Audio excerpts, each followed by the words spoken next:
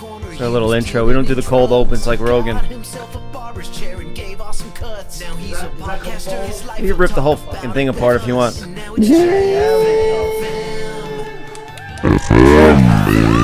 There we go. There we go. All right, today's guest is a British sports analyst, actor, commentator, and former UFC middleweight champion. He's the first British fighter in the world to win a UFC championship, and he remains the sole British winner of a UFC title. He's a dream guest of mine because he may have won that UFC championship with only one eye working. So that's inspirational to me. He is a marvel of modern science. The guy is cured. I don't know how many people can relate to that, but I can pretty closely relate. Like how many of you guys tell me my documentary has helped you. His documentary has randomly came on autoplay when I just got home from eye surgery with my eye stitched shut, not knowing if it was ever going to work again. This guy's documentary came on and it gave me hope that I can still go on and achieve my dreams. Conceive, believe, and achieve. To be honest, if I had to choose a dream guest between Michael Bisping or Conor McGregor, fuck Conor McGregor. I would choose...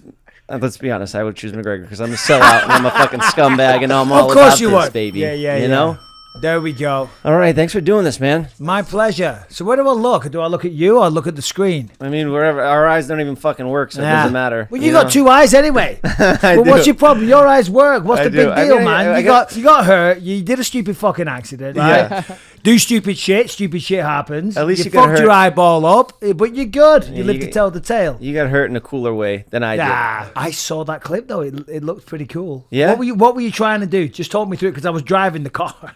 I was like, I better have some kind of information, but I just saw you on like a fucking forklift swinging around like crazy. I was trying to be a team player. My buddy was stressed out about his videos. You know, we have to constantly push it for content, and you know, like you as a fighter, you know, you have a career, you fight for money. Yeah. Now it's nice that you can have a career as an analyst and you could still work in the sport and you could still make money that way, and you love it. You love what you do. If I run out of video ideas, if my videos start getting shittier, my channel dies, my career is done. Sure. You know, and then I got to get in the fight game. I guess it's how YouTubing works now. So there it is. Yeah, well, you said a moment ago, well, I mean, you've got the trainer extraordinaire, Liam, here. Yeah, we have Liam. We're working. We're just getting ready. I've been calling people out. Nobody's taking the bait. Who you calling out? I've called out everyone. Nobody's bit yet. Anybody we would know? I haven't called out the Paul brothers because let's be honest. If you called them out, it'd be too cliched anyway. Everyone's doing that. They're getting called out every 2 seconds, you know. So you ain't going to get any traction there because there's actually legit fighters calling them out these days, which is wild. You know, I might go down to Tijuana and get a fight down there with like a guy that's 0-15 or something. So I don't know too much about your eye condition. I mean, maybe you can tell me, but is that wise? Because I obviously had an eye injury and I was told not to fight. I was begged not to fight, and I still did. But you're not a fighter, but you have an eye injury, but now you're choosing to embark on a fighting mission, adventure, whatever it is, a career. I don't think it's a career, but you're just doing it for fun, for content. Professionally, I might just get on a fight on the street, down on the sidewalk, downstairs. I never know when, you know. Yeah.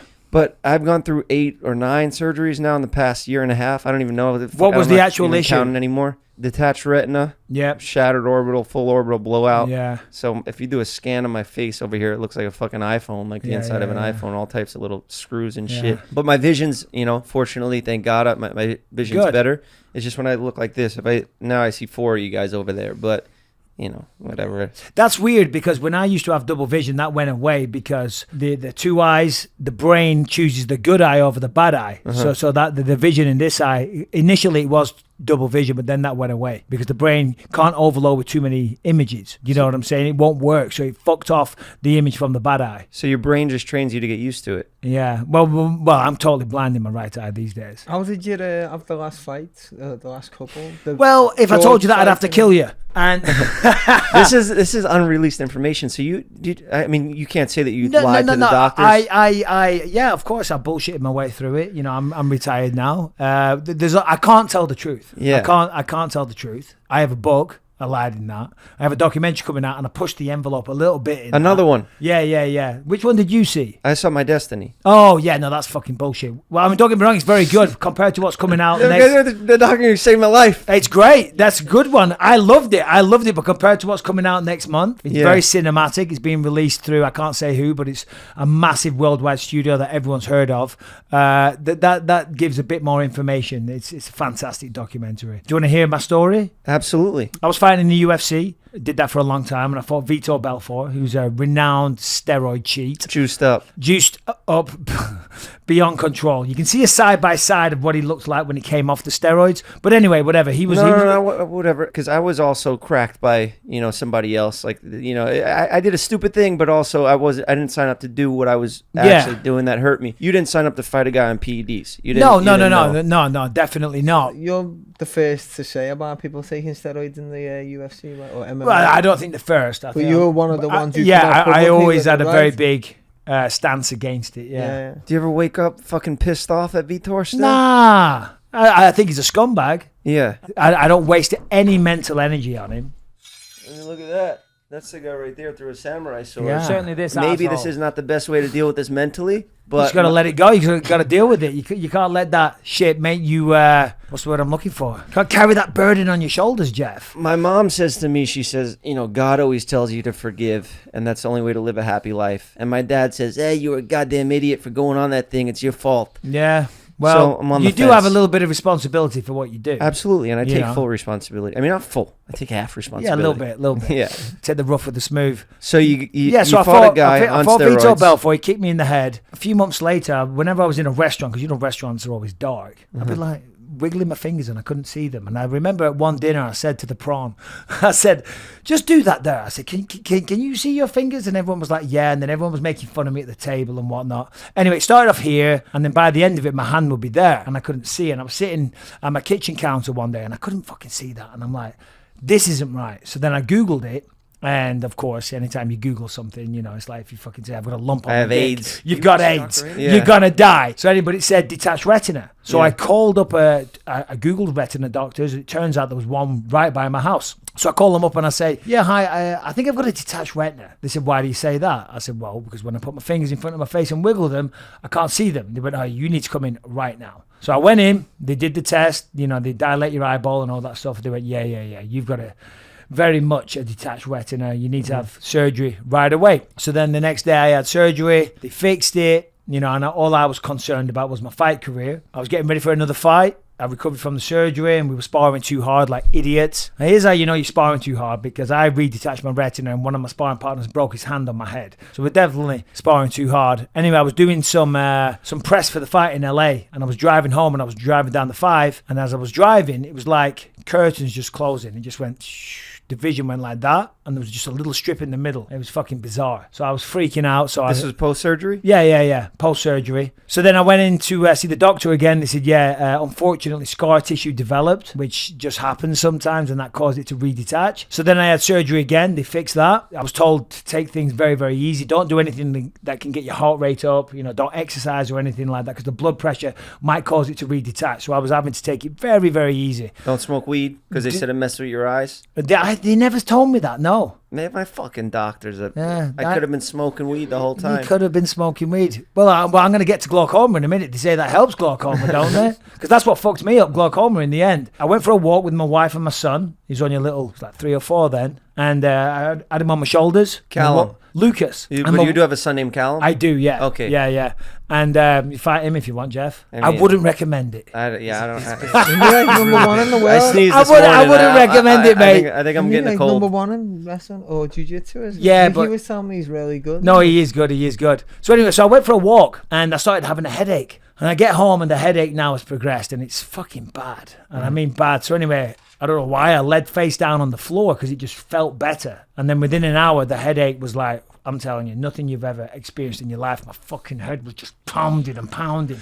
And I was screaming in agony. So my wife calls up my surgeon, because we had his personal number. I said, Michael's face down on the floor. He's in fucking agony. He's screaming, because I was howling in agony. Doctor says, well, I'm about to go into surgery, so I can't do anything. But go to this doctor. So he gave me a doctor's address in Garden Grove. My wife drove me there, and I walked in, and they did a test to test the pressure on the eye. And a regular person's pressure is between 9 and 20, right? And the pressure on my eyeball was 85. And the doctor said he'd never seen pressure that high. I'm telling you, the fucking pain, it felt like my head was going to explode. First of all, they sent me to another hospital in Downey. So I go there, and they said, what it is, you're draining your eye. Because if you touch your eyeball, it's wet. That's because water's constantly going in. But you have a drain in your eye, so the water comes out, so it's always a fresh supply. eye. Glaucoma is when that drain gets blocked and then the pressure in the eye is building up because of the water. So if you imagine like a balloon on the end of a tap filling with water, what's going to happen? It's gonna pop. It's going to fucking pop. So they said, right, go to this hospital. They can do a procedure where they use a laser. They shoot the laser in the eye. That'll clear the drain. So I go there. That didn't work, but they sent me on my way with some drugs to, fucking mong me out. So just timeline wise, because I watched your documentary and you're driving the car when you talk about this, and you're like, yeah, one thing led to another, and I fucking lost my eye. Now you're getting detailed into it, and this is what I wanted. Well, to hear. yeah, because back then I was still fighting, so I had to fucking play this down majorly. Do you know what I mean? I couldn't talk about it too much. Now I'm retired. This is after one surgery, and this is how long? No, I've had 2 surgeries now, and this is like a couple of months after that surgery, and I'm like feeling good, starting to walk again. And anyway, so as I say, I went to this hospital. They lasered my eye. They gave me some pills. I went on my way. I went there about 3 o'clock in the afternoon. They started at 9 a.m. It got to like 3 o'clock in the morning, and I'm still laid in bed, and I'm fucking just like and that. You probably don't fucking take any pain meds or nothing, huh? No. Well, fucking, I'll take whatever I can if I'm in fucking pain, mate. I'm not a hero. It was bad. So my wife calls my doctor in the middle of the night, and he says, "What? He's still in fucking pain." He said he needs emergency surgery right now. So they booked me in with this doctor in Pasadena. We had to leave the kids. They were only young, but we had no choice. I had to go right then and there because the fucking pain, you got no idea. It was incredible. So we leave the kids because like Callum was like 11 or 12. You know what I mean? Ellie was 10. Lucas is like 3. We're like, oh, fuck it, come on, let's go. So we locked the doors. Thankfully, there was no fire. We drive to Pasadena, and when we get to Pasadena, there's a doctor outside with 2 nurses. And I get there, and I'm like a bear with a sore head. I'm like, oh, fuck this, motherfucker, fucking cunt, bitch, fuck you, all this shit. Yeah. Because I'm just in so much pain. Vitor again. Yeah, I wasn't thinking about that. And then I go in. Doctor sticks a needle in my eye. I got mental problems. It's not your fault. You got cracked in the fucking head pretty hard. So obviously affects the way you think. Needle in the eyeball. Anesthetic, pain goes. I'm apologizing to all the doctors. I'm like, oh God, I'm so sorry. I'm like, shit, because I was a fucking lot. I was a lot to deal with when I got there, but I was bad. And they went, no, it's fine. They said, right, what we need to do is you need to put a drain in your eye. And he pulls out this little piece of plastic. He says, we're going to put this into your eye. And I said, right, well, can I fight again with that? He said, Michael, don't worry about that. That shouldn't be your concern right now. I said, well, that is my concern. That's how I make a living. I fight. And he said, there was a heavyweight champion that shall remain nameless, a boxer, that we did this procedure to, and he was still able to fight. I said, right, okay, fuck it, let's go, let's do it. They put me out, they give you a drip and all that shit. You fall. Did they let you listen to a song when you were going out? Did not. No, what was yours? They gave me Pink Floyd. That's nice. Comfortably Numb, and it goes just a little pinprick, and then I went out to that. I was like, I don't care if I die, and fucking. It's a nice feeling. It's good. Terrifying because you don't know what you're gonna wake up to. Yeah, well, here's what I woke up to. Get ready for this. So I'm unconscious, obviously. Then I come round. I'm strapped into the bed, and I come round early and I start fucking freaking out, shaking like crazy. And the doctor's like, oh, calm down. We're almost done. You've just come round a little bit early. We're almost done with the procedure. Anyway, I see a fucking needle come right in. I'm like, whoa, what the fuck? Does that. And then the pain was times 10 than before. But before it was like a really, really bad, like dull ache, but just insane. This was sharp. This was an incredibly sharp pain. And the doctor's like, they're freaking out. What's going on? I'm like, the pain's like, what? Like before? As bad as before? I'm like, worse. And I'm thrashing in the bed. So then a fucking another needle comes in, more anesthetic. And the next minute they put me back under. I come round the next day. I'm in a hotel room. I come round. And then a nurse came in and I heard her talking on the phone. And I know what happened. The iris, the colour part of your eye, is like a gel disc. And when they put the drain in, they fucked it up. This is to my understanding. I'm sure a doctor would say this is a little inaccurate, but this is my understanding of it. And the drain kind of sucked the iris into it. The iris was kind of like mingled in with the fucking drain. So they had to undo all the surgery and then redo it. And then when I came around from that surgery, I never saw this eyeball again. And I've looked into it. Statute of limitations. Statute of limitations. Well, I wanted to sue the motherfuckers. Yeah. What was your initial feeling when you found that out? No, to be honest, I wasn't too bothered. Well, no, and then after that, obviously, I was still concerned with fighting. Of course, I cried. Like mine was on camera when I realized that mine was fucked up, and I cried before anything even happened. Then I posted on the internet for millions to watch. Yeah, you didn't give a fuck. I did give a fuck, of course, because all I cared about was fighting, though. Yeah, that's all I care about. I sound like a meathead. Is this your lead eye? This is my bad eye. Southpaw. Are you? No, orthodox. So your lead eye is okay. Yeah, lead eye's good. Then obviously, there was a spiral of depression, if you will. Fucking Of course. feeling that my life is worthless and I can't make a living and all the rest of it. And every week I'd have to drive up to Pomona, which is a good enough drive, and see a doctor and have the drips in the eye. And I'm sitting there with fucking 90-year-old patients all suffering with cataracts on death's door. And here I am in the prime of my life. And every week, same thing. You get it, no change. And I kept going up every week, hoping for a change, hoping for an improvement. And there never was. And this went on for fucking months and months and months. And Dana White called me and said, have you spoken to your doctor? I said, no. And he said, well, I have. I said, yeah, what'd he say? He said, you're never going to fight again. Well, I never gave up hope, so I kept going to the doctors and kept trying. And I went one day and my regular doctor wasn't there. And there was a different doctor, and it turns out this doctor had a little more clout, shall we say, without naming names. Doctor's got clout? Well, this fucking guy did.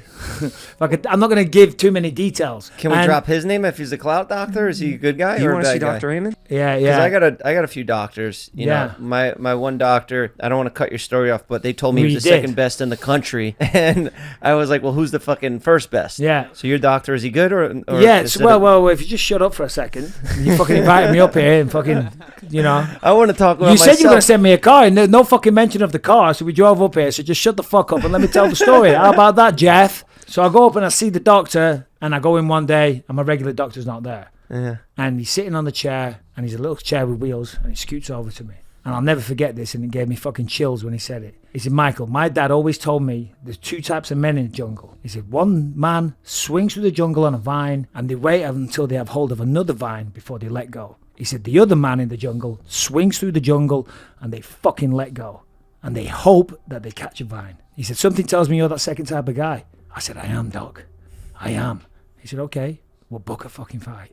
I said, what do you mean book a fight? He said, don't worry about it, we'll figure it out. You called the UFC, tell them you can fight again. And there you go. 3 months later, I got my ass kicked off Tim Kennedy. I was with you on that fight. Yeah. And I didn't know that you couldn't see because you didn't fucking tell me. Oh, really? Yeah. Well, no, of course, it was a massive secret. But I remember going in, you told me right before you did the eye test, and you go, Box, I can't see.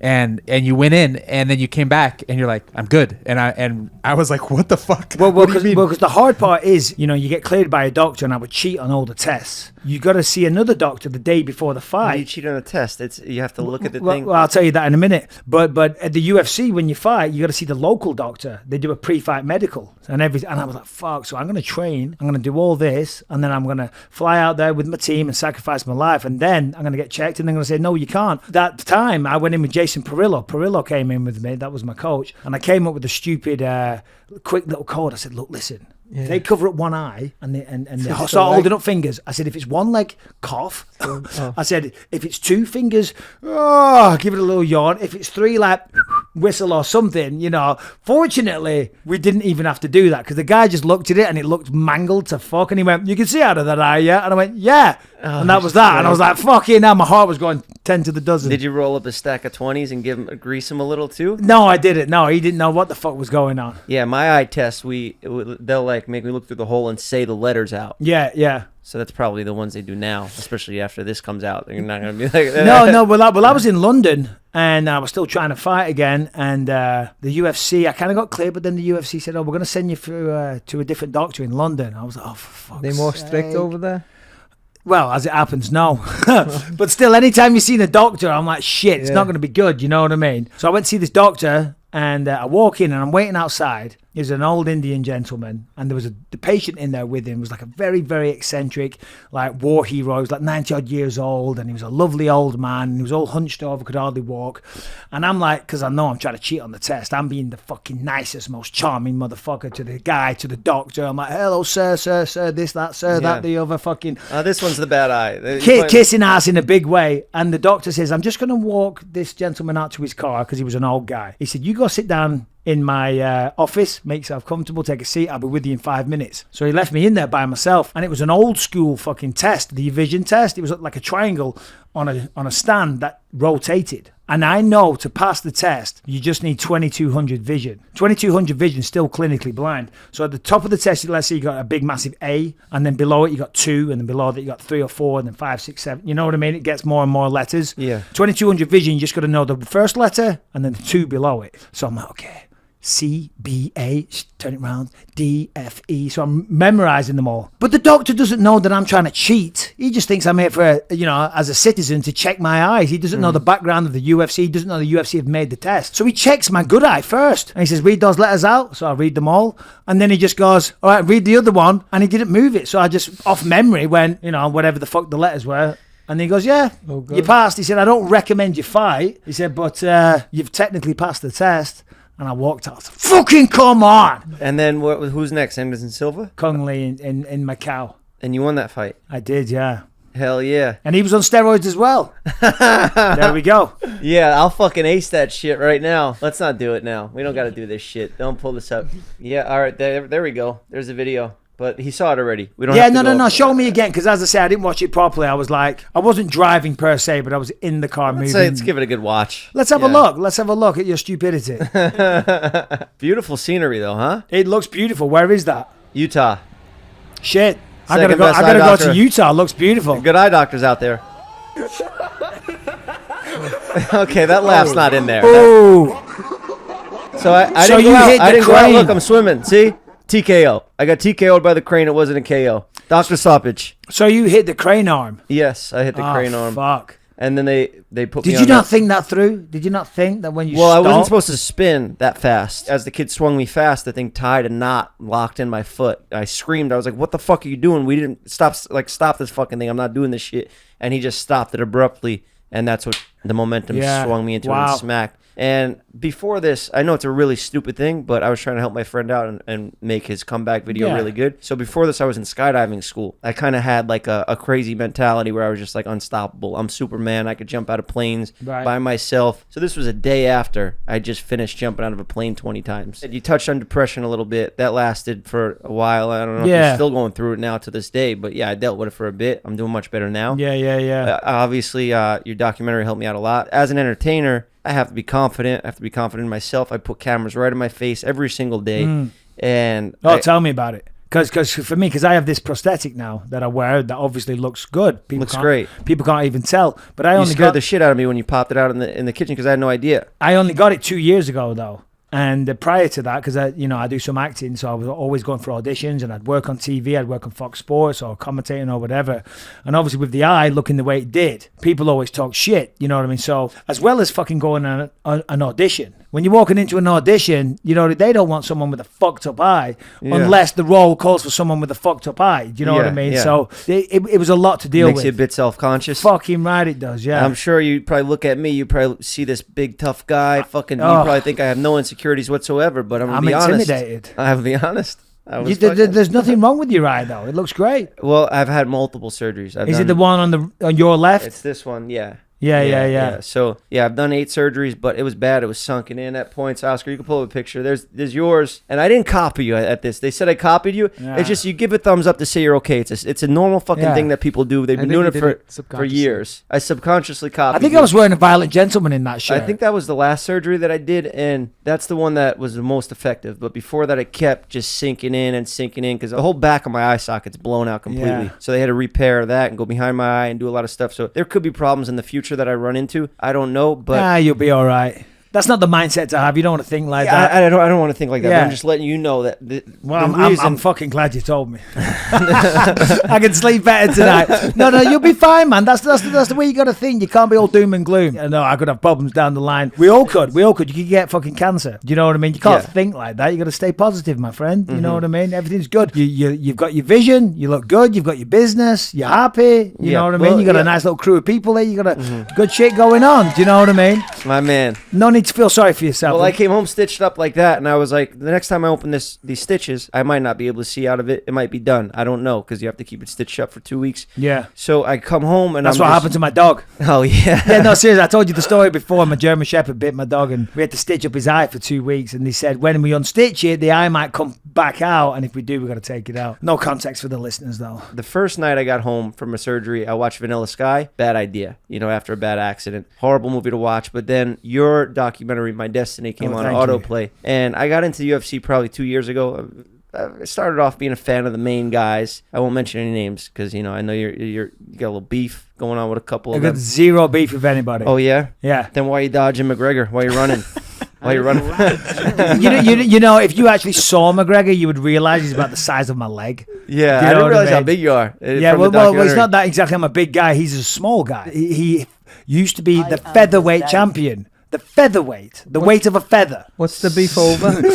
There is no beef. There is no beef. He's just a little tit, isn't it? Do you know what I mean? There's no beef, but he's just a smaller guy. Was it from commentating or was it No.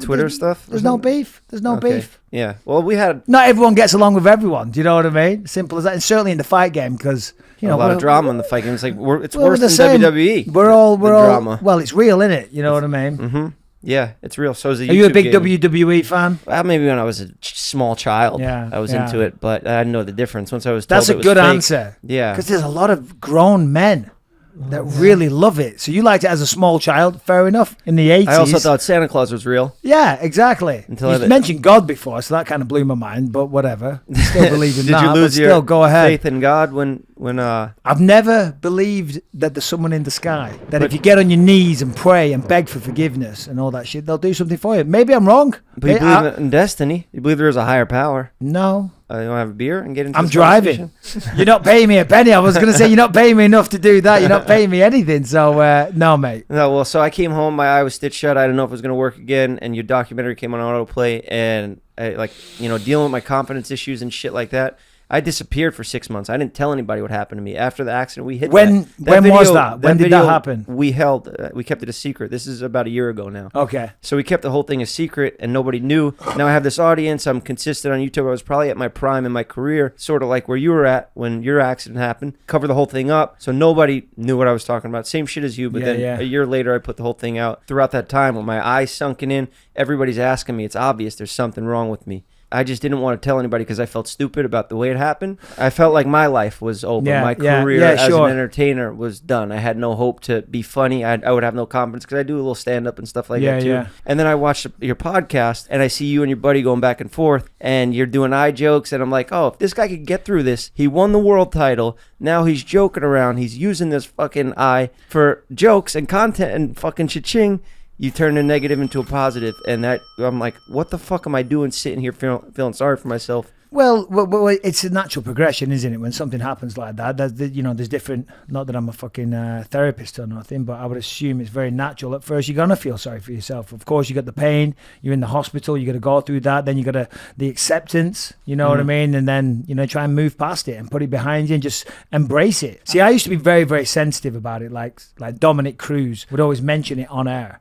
When we were working together on Fox Sports, he'd like, because we'd always get into arguments, and then he'd mention, something, and I'd say something back, and he'd say, well, you got one eye, and then we'd cut to commercial break. He'll tear him in half. Yeah, he's tiny, he's smaller than McGregor. I'd say, what the fuck, Dom? What are you doing? Don't mention my eye on air. That's because I was still fighting. Do you know what I mean? So I wasn't trying to draw attention to it. But then once I retired, it's like, well, fuck it. It is what it is. It's part of my story. It's part of who I am. And same with you. Do you know what I mean? You just got to embrace it. It is what it is. I saw Jake Paul did that call out video. He called you out. He put the eye patch on. That pissed me off. No, You're come on. pissing. You're fucking. I mean, Nah, it's dumb. It's. You look mad cute right Well, I was wearing an eye doesn't- patch at the time. Yeah, it doesn't matter though, does it? Do you know what I mean? What are you gonna do? You're gonna get mad at everybody that tries to take a little stab. You're giving them what they want. Just ignore it.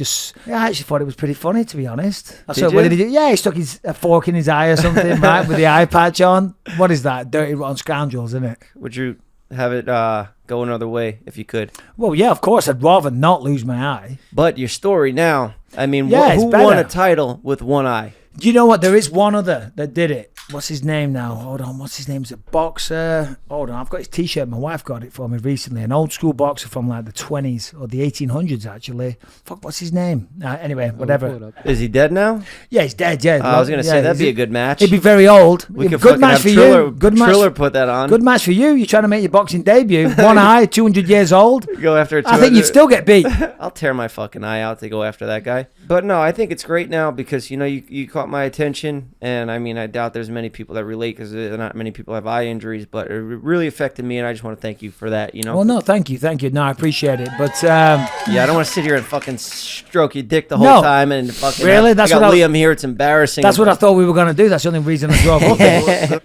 But you can't let it define you. There he is. Good old Harry Greb. Yeah, but you can't let it define you. I mean, to a certain degree, I guess it has defined my career, but it's different. You're a YouTuber. I was fighting in an octagon, so it's a little different. But Now I want to be a fighter now. Why? Because Why? of you. 'Cause no, you did don't be this. silly. No, Well, how old are you? How old are you? 31. 31. I'm mentally ill. Yeah. Yeah, I'm mentally I've noticed. Why do you want to do that? See, this is the thing. I have a real issue with it. And no disrespect to you, and I'm not trying to disrespect you, but there's a real big trend right now, right? And you've seen this, I'm sure, Leah. I get where you're coming from. No. There's, and I'm not trying to take away from your private sessions either. No, I don't even fucking pay him. No. So listen, it's a big trend, isn't it? Everyone's getting into boxing and fighting, and you got strong men. There's TikTokers, there's YouTubers. They're all fighting, because they see it on TV, and with the explosion of the UFC, and it looks cool, and they're on TV, and they get a little bit of fame, and they make some money. So a lot of people are being attracted to the sport, and like yourself, you're talking about fighting, even after you've been through a horrific injury like that. I would say to you, number one, that's the last thing you need to be doing. But secondly, there's a reason why people get into fighting. There's a reason why Liam and myself got into fighting. There's a reason why you got into YouTubing, right? You have to be cut from a certain type of cloth. Now, of course, when you look at the Paul brothers, there's not a prerequisite in combat sports that you have to come from a disadvantaged background. But generally, when you scratch beneath the surface, you'll find some kind of struggle, some kind of adversity, whether it's poverty, an abusive childhood, things like that. I have all those. I'm sure you do. But so that's why you choose to get into it. And it's who you are when you're a kid. Do you know what I mean? And you start getting into fucking scraps. Maybe you're from the wrong side of town or whatever. And then throughout those scraps, you realize, hold on a minute, I've got something here. And then you use that to try and turn your life around because you got fuck all else going on. But now we're seeing people that they think it's cool. Hold on. You have a real good propensity for butting in right at the right time. Listen, it's not a joke in there, but people think it's a joke. It ain't a fucking joke. In boxing, many people fucking die. They look at it, they see it on TV. Oh, this is a laugh. Let's do it. Here's what you're going to be able to do in there. You're going to beat the fuck out of a guy, see him on the floor there, they look up at you, their face is mangled, they got blood, their nose is splattered to pieces, and you grab them by the fucking ears and boom, drive your fucking knee right into their face. Do you know what I mean? It's nasty. It's not what normal people should be doing. You can fucking die in there. You can lose eyes. I've got no fucking knees. I've had about 30 surgeries myself. Do you know? It's not a laughing matter, but I just see these kids now. They see it and they think it's cool, and they think we can do some celebrity matches. Yeah, they want to make some money, and God bless them. I hope they make as much money as possible. But it's not a game that you pick up and play. And it's not that they're disrespecting the sport. It's that they're underestimating the toughness and the sacrifices you have to make to be successful. 100%. You know what I mean? I get it. I totally get what you're saying, and it annoys me too. Yeah. When you it see doesn't the annoy people- me, but it's just that they don't know what they're getting themselves into. No, because they're not. But that's why, like, when he fought Woodley, I thought Woodley, because I've seen Woodley in the gym and he knows how to punch. Yeah. And I don't know what, he didn't let his hands go or what. I didn't really watch the fight, but I mean, I expected him to do damage on the kid, on Jake Paul. And I spoke to Jake Paul before it with Jeff, and honestly, I thought he was an arsehole. No, when I seen him, and I spoke to him, and he was a nice lad. Yeah. And I was like, I want him to win now. Do you know what I mean? No, after speaking to him. But I thought Woodley would do, and I don't know. Yeah, maybe the occasion got to him. I don't really know. I spoke to Jake, and I was surprised as well. I was like, oh, this guy's all right. Because I just knew this reputation, and he was kind of a dickhead. You know what I mean? He was going to be a knobhead. And but hey, listen, God bless him, because he's done it. He's applied himself. Do you know, as I said, he's got his coach, his team living with him, his chef, everything. As I said, there's not a prerequisite to it, and Jake Paul seems to be applying himself properly and doing the groundwork and starting a career, and he's actually fighting better opposition than what a lot of boxers would if they were a legit boxer fighting 4-0. Exactly. If they're fighting people with 20 losses on the record. Do you know what I mean? Under losses, coming through when you're getting brought through. That's normal, in the boxing game. But we're going off the topic here. Just when you were saying you want to fight, you don't need to fight. Look what you've got here. You've got a fucking successful YouTube business. You've got 3 million followers or viewers, whatever. You're probably more than that. Do you know what I mean? Mm-hmm. You can. It's probably not going to happen, but you can die. You can get brain damage. You can be slurring your fucking words in a few years. It's not a game. Do you know what I mean? And just people see it, and now it's cool. Mm-hmm. Yeah, I'll be honest. I'm an athlete. I've been training my whole life, fighting. It's been part of my life. I got into YouTube when I got out of jail, and that kind of blew me up. Kind of a different transition into YouTube than normal people have. They get into the social media game. Sure. And I went to see the fights, the YouTuber TikTok fights, and I saw him backstage, and he's like, Jeff, we got to get you a fucking fight. What the fuck are you doing? How were the YouTube versus TikToker fights? He trained one of them. Yeah, well, there you go. That's something. Fucking hell. And I was like, God damn. So I got to go out with him. I walked out with the guy that he was coaching, and I got in the ring. And you thought it was sexy. I felt that fucking energy. Yeah. And he's better than most of them out there. Yeah. You know, we don't tell you him. train him, Liam. Of course he is. Come on, the guy's going to be world champion. But I mean, I'm honestly, not claiming that. I'm saying I could go when after... I trained the TikTokers and one of them I trained, I didn't agree with it. But money talks, right? You know? Of course it does. Money talks a lot. We're still owed money, like, so what's that? So I want to go after this is the thing. So the event they put together was put together by some moron YouTuber that he thought he could just promote this event and sell 1 million pay-per-views without doing the traditional promotions. He thought we were just going to do Instagram stories and sell pay-per-views that way. And $60, when normally these YouTuber TikTok events are $10. They try to do it for $60. $60. The fucking nerd. And who was like the main event? It was Austin McBroom versus Bryce Hall. And it didn't sell. I don't expect you to know these names. They sold 100,000 pay-per-views. Hey, that's not bad for Austin McBroom. Yeah, so that's... You know him? No, do I fuck? Oh, okay. I'm like Austin McBroom. Yeah, taking on who? Hey, I was going to say they sold 100,000 pay-per-views at $60 a pop. That's not bad. They also had a lot of musical performances there. It was a killed. big event. It was a big event. They had a lot of other fighters on there, but they went way over budget on paying the fighters. They promised $4 million purse for the main event. It was like 700 grand for the 700 grand for his guy, and then the thing went under. Paid. Nobody got paid. It's like, you know, Fire Festival. You remember Fire Festival? Yeah, Ja dude. Rule? Yeah. So this guy's basically Ja Rule of the fight game now. Right, so he's not very well liked. No, absolutely Liam,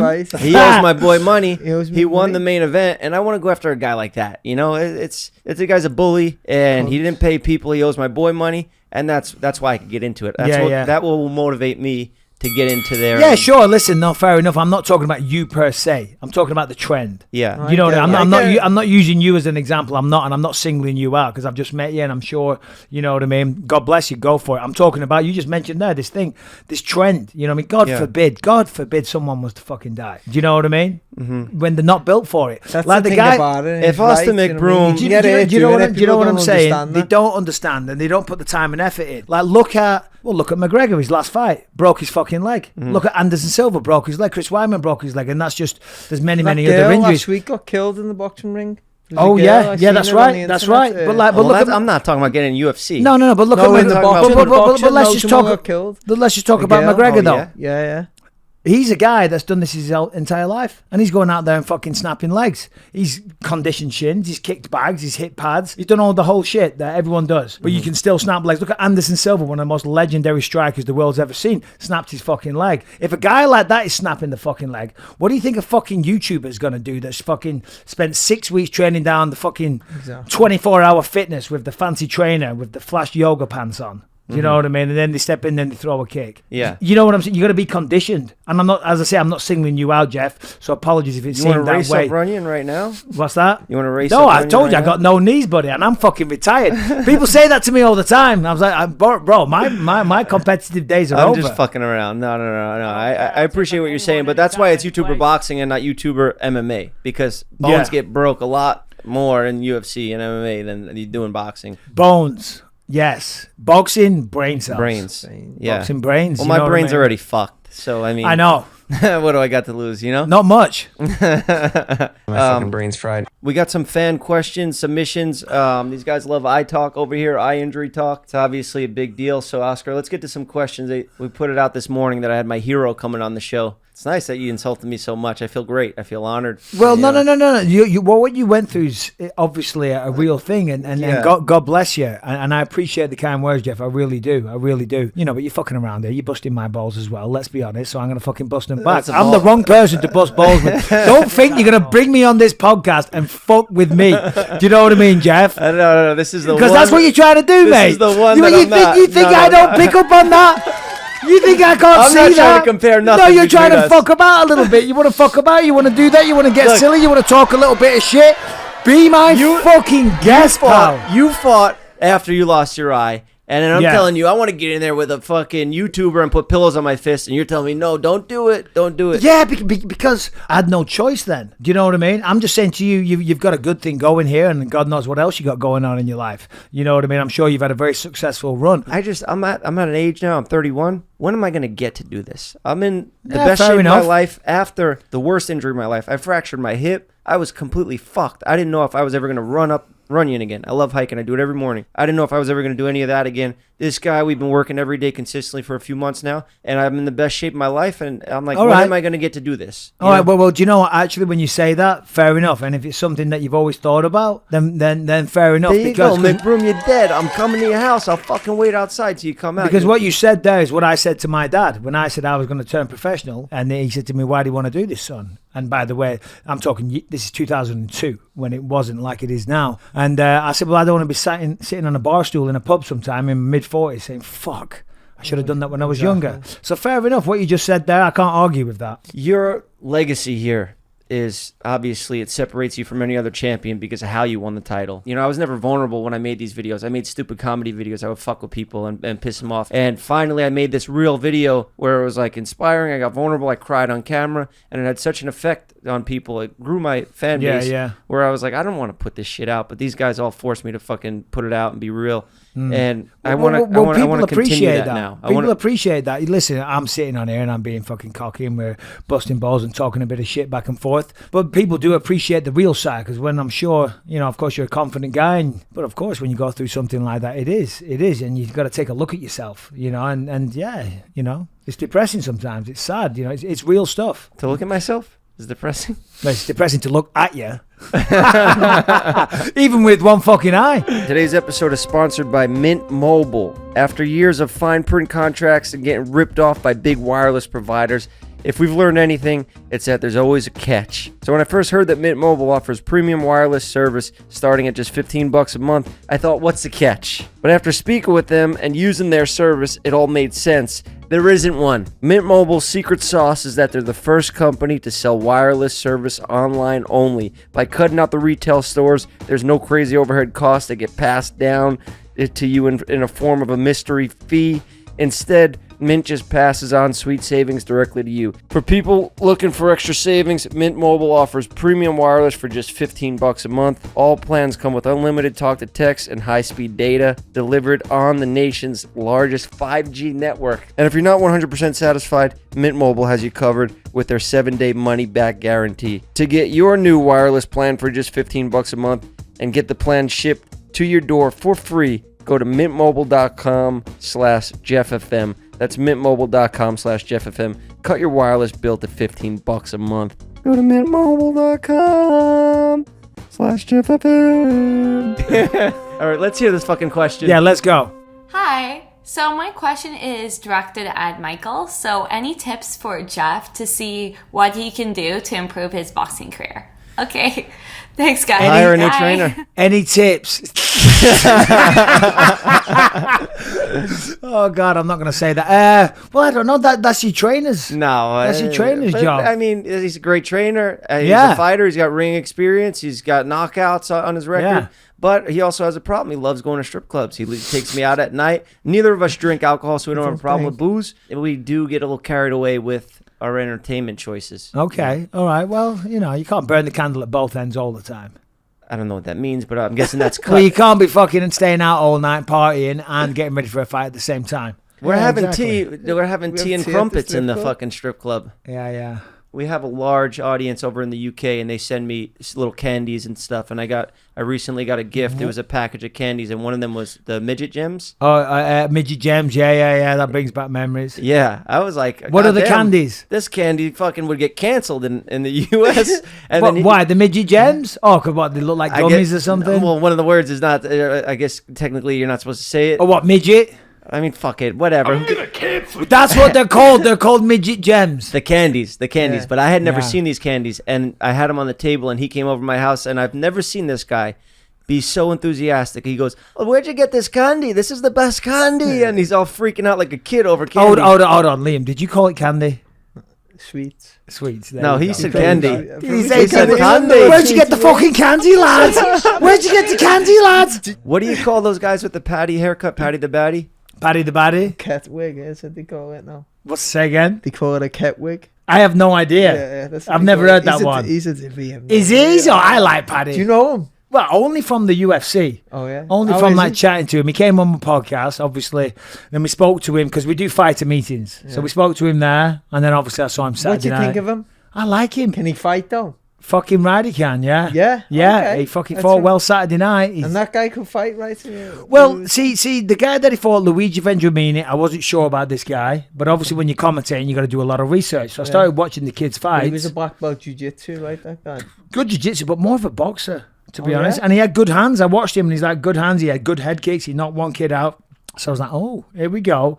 It was a good entry level fight to the UFC. It wasn't a gimme, it wasn't a walk in the park, but it wasn't a killer. Oh, that's Do you great. know what I mean? Yeah, that's what you need, right? Yeah, it was a fair entry level fight, and he passed the test with flying colors, but he got cracked You gotta with a left hook, nearly got What dropped. you gotta and get all. away from Liverpool? You gotta stop though, eating no? those midget gems. Is what you gotta stop doing. 170. I didn't realize what you were talking about before, and you said you shouldn't say that word. I'm like, yeah, all right. Nah, it sounds bad when I say it, huh? Yeah, well, we're I gotta have the referring- accent. Are they still called midget gems in England? I think they are. Yeah, Yeah. that's what they're called. Yeah. They're from Marks and Spencer's. They don't give Marks a and Spencer's. fuck over They're there. fucking everywhere. The corner shop. Yeah, they are. Look, midget gems. Yeah, yeah. Well, he's not from Liverpool. No, I'm not. Michael, right? No, I'm no. a saying- woolly back. No, I know. I'm a he's fucking you're woolly from- back. I'm a That's why you have Walter. to become an our case because Bunch of fucking No, pussies in Warrington, where you Liverpool, from? mate. No, Wigan? Clitheroe. We're gonna need to know subtitle this whole Clitheroe, thing right now. Clitheroe. We're gonna have to subtitle their whole fucking conversation. I know. It's weird because when I was on The Ultimate Fighter in 2006, I was subtitled. Now I'm the fucking commentator for the UFC. And that's why people always give me shit because they're like, Mike, why are you talking with a Yank accent? Now, you won't hear it, right? But I do slightly Americanize some words because you get sick Yeah, of repeating I'm the yourself. same. You I have thought to. This guy's been here Now. 10 years. His accent's getting worse. No, yeah, exactly. Right, so I'm more correct now. You know. Yeah, you gotta Words I pronounce said, your I'm fucking words. talking More never correct.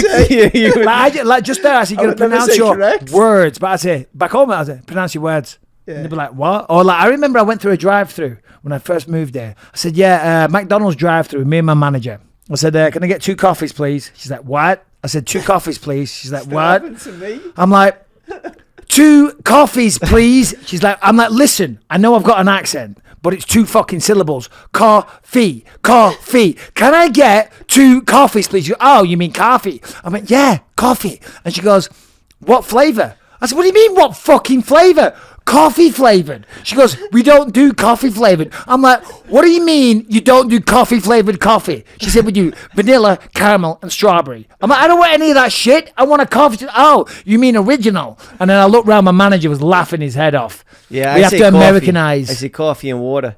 Because I'm Water. from New York. I hate it. Yeah. Now, when I came out here and I heard these guys, like the Jersey Shore guys, and I was like, this is cringe. This is corny. You know, I can't talk like this. I need to speak more properly. So I try to like change my accent a little bit too. Yeah. But, you know. No, but I like the New York accent, though. That's cool as hell. But I like your guys' accent. And then he heard Patty the Batty, and he's like, fuck, this guy's hair. He's got the Beatles hair. and yeah, it's like, but I like the hair. Oh, it makes me cringe when he talks. What was that thing he said where you were saying? I don't do ifs, ands, or buts, or maybes. I do absolutes. Is that what he said? Yeah, God bless him. He's hyping No, I'm himself happy up. for him. I Yeah, hope he yeah, does yeah. well. And like everyone, like Darren, I hope they all do well. And Of make course. a lot of money. That's what it's about at the Yeah, end yeah, of the day. yeah. And that's why they're in it. So Yeah. I'm happy No, for you see, them. I'm talking facts here. I don't do if, buts, and maybes. I do absolutes. Who was that? That's in, Paddy. No, that- Patty took that from a random meme. I was Oh, going to did say he? that Yeah. wasn't Paddy's voice. Oh, it's not? That's I just don't a kid on the think You so. street. it though, didn't I? sent it to you, didn't I? I don't do if, buts, and maybes. I do I'm being absolutes. serious. I'm being serious. Chris, what are you laughing for? You know, you're doing ring interviews now in the octagon. Yeah, I've always done them, I didn't know if but you- not every time. You know Okay. what I mean? It depends. Things changed. Like John Anik used to be the guy, so if I worked with John, he would do it. And He there's was like- good, John. He's fantastic. He's so good. He's so professional and just a tremendous mind for it. But there's a pecking order. You know what I mean? Like if Joe Rogan's doing it, then Joe Rogan's the man. If I work with Brendan Fitzgerald, because he's newer to the organisation, then I do them. Yeah. And then now they've actually taken, John Anik doesn't do them anymore. They've made it only fighters can go in and do, fighter commentators Yeah. can interview the fighters other than Joe Rogan because he's like the fucking OG. Your last ring interview, it made me laugh when you Oh, had Patty in there. And he yeah. came in all cocky because he just got his knockout, first UFC win. What did I tell you, Mike? Me and you will be having this conversation after the first round finish. And what happened? Well, I'll tell you what happened. You almost got knocked out. You got caught with a beautiful left hook. Do you know what? When I said that, yes, because he said, and what happened, Mike? And I said, well, I'll tell you what happened. You almost got knocked out. I said, but it's not how you start, it's how you finish, and you finish in style. There was a lot of people on Twitter saying, what a dickhead Bisping is. He's trying to take you away from his moment. I'm like, no, I'm not. I'm saying that you went through that adversity and you still got the win in the first round. Good that you said that. Yeah. But it's a little bit of banter as well. It was good that funny. you said that. Yeah. No, you did. It's Should great. we have a listen to Let's this get into it, person? yeah. I'm very intrigued. Hello.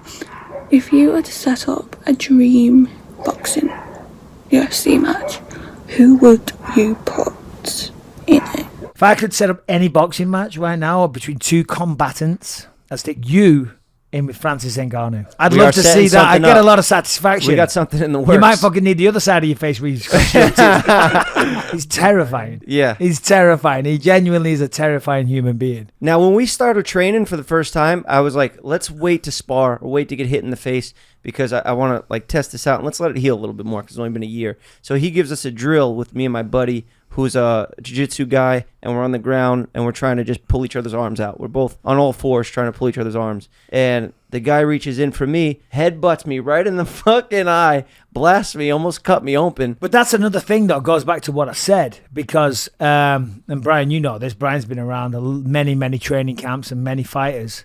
The fight, a lot of the time, isn't even the hard part, is it? The training camps. The training camp. Most of the injuries happen in the training camps, don't they? Yeah, accidents, everything. I mean, So are you telling me don't fight and also don't work out and exercise? I'm saying What are you going to tell me next? Don't podcast and do YouTube videos? no, you can go do yoga. You know what I mean? Something more your speed. You know what I Okay. mean? I like yoga. Fucking power yo-yo. I That's don't know. nice. Nice. Do we have any more fan submissions? What have we Any got, more fan Jeff? Questions? We're going to get to one more. 3 questions, Jeff. How many subscribers you got? We put this out this morning. This We doesn't focus bode on- well for me, does it? 3 million subscribers, and you're like, any questions for Michael Bisping? You get 3. Hey Jeff and Michael, it's Jane again. My question is, who is the most famous or coolest person you've met in your career?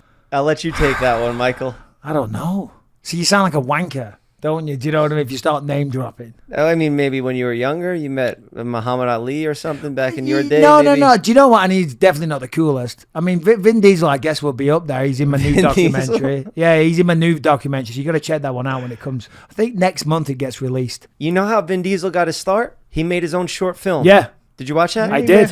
Didn't he work as a doorman? He worked as a doorman in New York for a while, yeah. But now he made his own short. What was it called now? I forget. Something about him auditioning Yeah, and him he having a was problem with being auditioning. this big, tough New York Yeah, guy. and the colour of him, he was too black, and then he was too white, he Yeah. was too this. He couldn't fit in. He wrote it and it was great. shot it himself. And Steven Spielberg saw it and then gave him a shot in Saving Private Ryan. And now look at him. He's getting a fucking $1 billion a movie or something. you Whatever go. the hell There he's you making go. with those damn movies. Yeah, coolest guy I've ever met. Oh, man. I don't know if that's the coolest guy I ever met. That's not what I'm saying, but you're asking Sounds for like you some love the guy. star power. Yeah, oh yeah. Well, who's the coolest guy you ever met? Coolest guy I ever met. Damn, this is a tough one.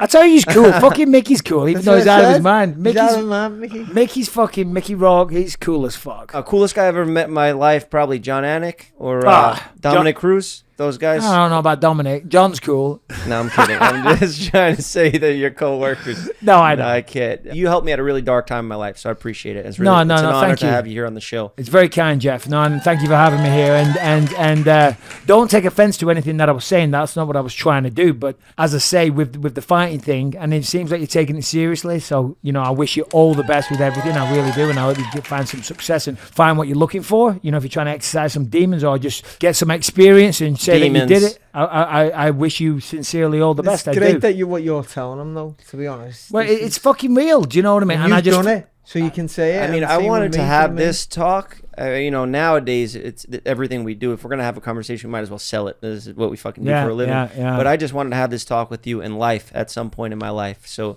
you know. No, I'm grateful I to appreciate have the you here. kind words, Jeff. I appreciate you having me here. And wish you all the best, my friend. You want to go fucking race up the mountain now? I told you I've got no knees. All right, we'll go. That's why I keep saying, be careful what you wish for. You want to get some canoes? We'll have a row. We'll go for a row or something. I need shoulder surgery. I got a scar on my neck here. I just had a titanium plate put in my neck. I need 2 more put in my neck. Your body all done it.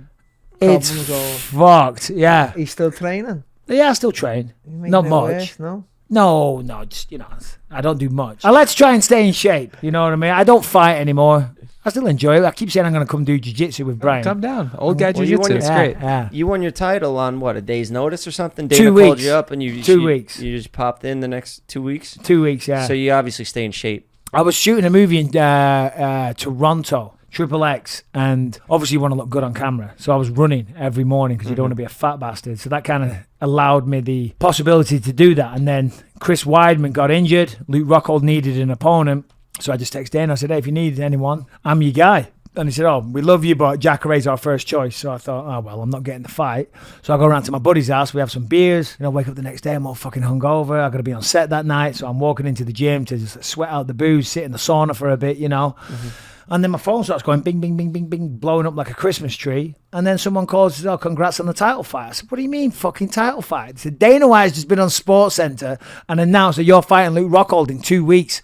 Before telling you? Yeah, I didn't even know. So then I walk in the bathroom, I step on the scale, and I was like 218 pounds. How you make weight? Yeah, I was 218 pounds. I got to be 185 in 2 weeks. Yeah. I was like, fuck this. Pushed everyone out of the way, threw my backpack over my shoulders. I just went sprinting down the streets through Toronto. And I'm running through the streets, and then Dana actually calls me. I'm like, oh, fucking hell. Finally. Thanks, Dana.